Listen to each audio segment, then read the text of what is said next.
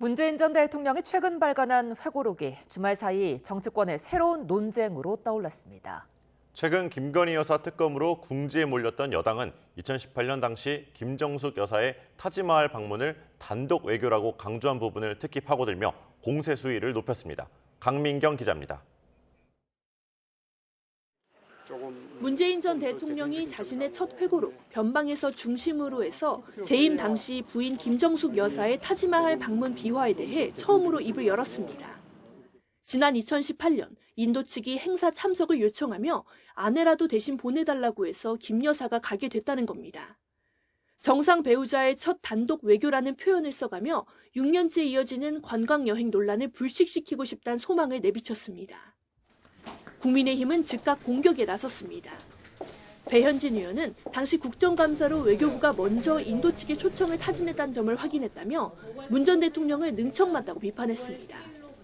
당권주자인 윤상현 의원은 아예 김정숙 여사가 특검을 받아야 한다고 목소리를 높였습니다. 민주당이 김건희 여사 특검을 재차 주장하는 데 대한 맞불을 놓았다는 해석이 나왔습니다.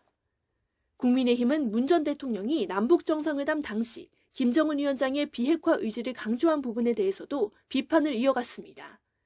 당권 주자들이 특히 앞장서 김정은 대변인 같다는 맹비난을 쏟아내기도 했습니다. 이처럼 주말 사이 국민의힘의 집중 공세가 이어졌지만 더불어민주당은 공식 입장을 내지 않고 있습니다. 문재인 정부 정무수석이었던 한병도 의원이 왜곡과 곡해로 점철된 전 정부 공격은 구차하다고 받아친 정도입니다. 한 관계자는 YTN과의 통화에서 대응할 필요도 느끼지 못한다며 선을 그었는데 무대응으로 논란을 차단하고 김건희 여사 특검법 등 현안의 여론을 집중시키려는 의도로 읽힙니다.